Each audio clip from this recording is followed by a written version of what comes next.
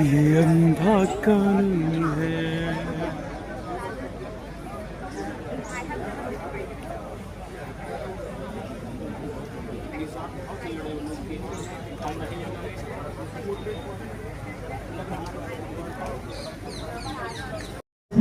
सब बात तो बहुत दूर की है, तरफ से कोई आया वार्तालाप करने के लिए, क्योंकि हमारी कंडीशन एक ही थी कि धर्मेंद्र प्रधान का इस्तीफा दे तो बात करनी है। कोई डेलीगेशन नहीं आया, कोई नहीं आया, कोई मध्यस्थता करने के लिए नहीं आया।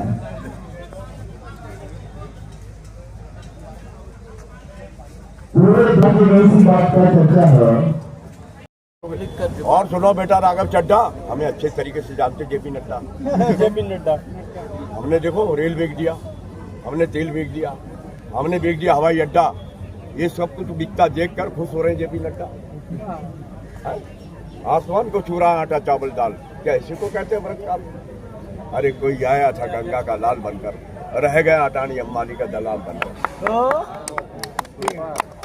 और आखिरी में कहना चाहता हूँ मोदी जी आपको, मैं क्यों करूं बदवा तुम्हारे मिटाने के लिए?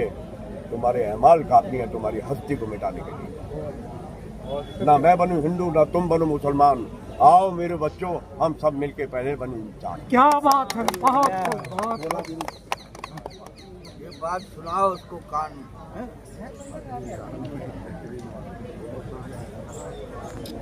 भारत माता की।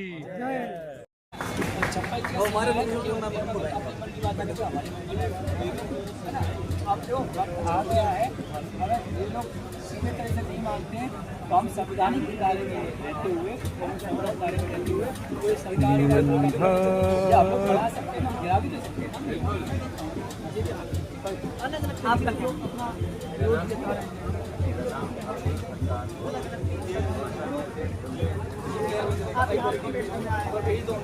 क्या लगता है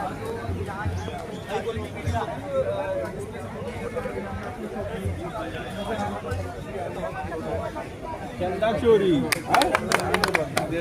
अरे कपड़ों से ज्यादा बिक गई कपन। अंधभक्त कहते हैं मजबूत हाथों में है वतन। जब से मोदी जी बैठे मेरा परिवार, अरे तुम जाते हो कह के बाहर कि मैं जा रहा हूँ बाहर, मेरे बाद में कर देना मंदिर का माल पार। फेल हो जाया करते थे 10th के बाद, तो बोर्ड का एग्जाम होता था, जो वहाँ के बच्चे समझ नहीं पाते तो पढ़ाई नहीं हो पाती थी।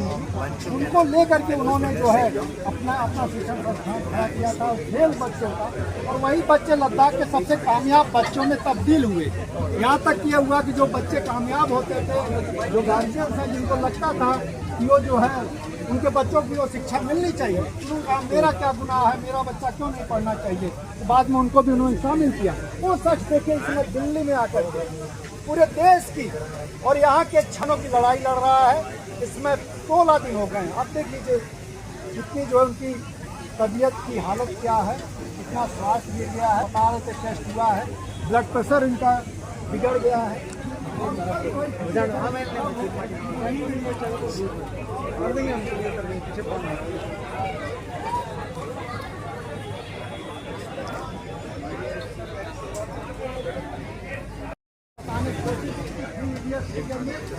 फिर लद्दाख के अंदर जो शैक्षणिक संस्थान जो पूरी एक व्यवस्था वहाँ चला रहे हैं, तो बच्चे जो फेल हो जाते थे उन बच्चों को लेकर के बताया।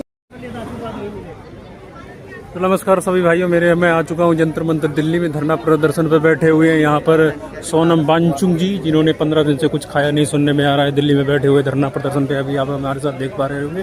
कैमरामैन जूम करके दिखाए सोनम वांगचुक जी को। सोनम वांगचुक जी देखो लेटे हुए।